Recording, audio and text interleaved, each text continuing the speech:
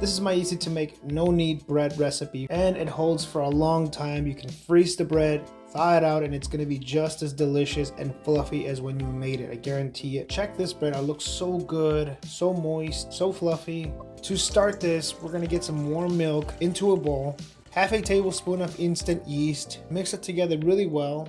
Then after that, we're going to add 1 whole egg and then mix that together as well. Super simple. Then after that, we're going to add our sugar, a little bit of salt, a little bit of cooking oil, about 1 tablespoon.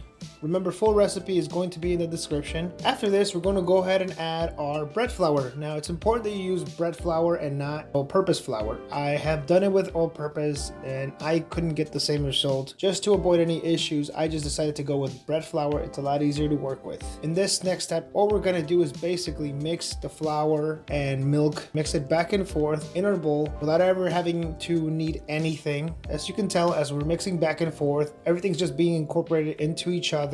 We're almost making a bowl inside of the actual bowl itself. And then, now that everything's very mixed together, we're gonna go ahead and cover this with saran wrap. You can use a paper towel, a pan, whatever. Then we're gonna put this in a warm area, allow the dough to rise about 1 hour and 20 minutes. Once this time has passed, we're gonna go ahead and pull it out, and now we're going to remove the saran wrap. As you can see, there's little bubbles around the edge of the pan. Using a rubber spatula, we're gonna just go around it to just get all of that dough out of the bowl and put it into a floured surface so we can start working with it. Now that we have it, this is where the only sort of kneading can happen, but it's not really kneading. It's more than anything just folding and getting it into a small dough ball. That's about it. So as you can see, all I'm doing here is just folding it over one piece over the other, over the other, over the other, back and forth for a few minutes. I'm not kneading anything by your traditional manners. It's just a simple fold over the other. This is more than anything just to mix around the rest of the dough that, you know, was all over the place in the bowl, and incorporate just a little bit more flour that's on the actual table.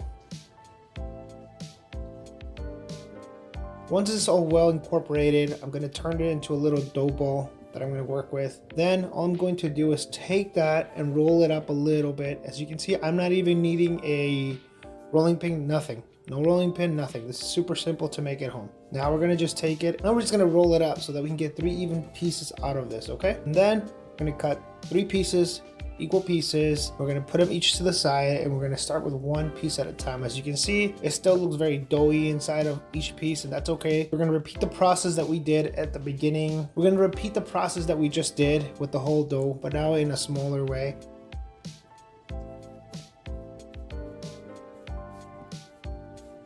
And then after that, by hand again, I'm going to begin to just press it slowly. I'm going to start folding it with my hands a little bit longer just so that I can make a little shape that I can roll up after. But I'm just doing it gently with my hands and then flipping it over, patting it down a little bit just to flatten it out.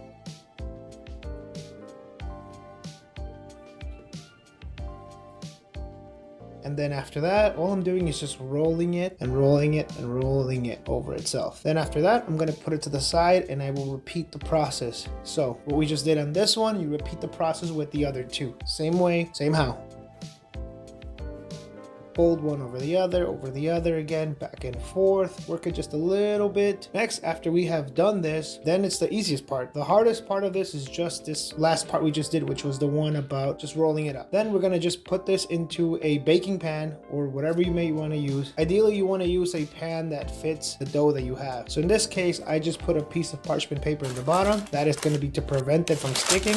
And then I'm going to just put all 3 of those pieces that we just rolled up, one after the other. After this, all I'm doing is just covering it up again, and I'm going to now let it proof. This is going to take about an hour. Once an hour has passed, for me it took 1 hour and 10 minutes exactly. So 1 hour and 10 minutes, it rolls to this, and this is how it should look. And from this point, all we're doing is just baking it. For me, I did 350 for roughly 27 minutes.